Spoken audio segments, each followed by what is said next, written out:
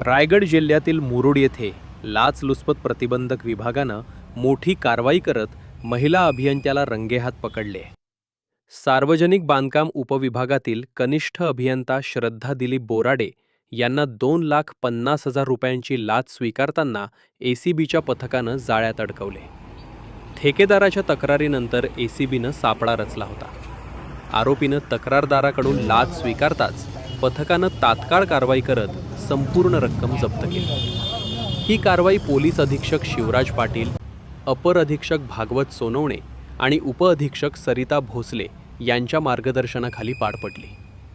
या प्रकरणी गुन्हा नोंद करण्यात आला असून आरोपीला न्यायालयात हजर केल्यानंतर 3 एप्रिलपर्यंत पोलीस कोठडी सुनावण्यात आली आहे.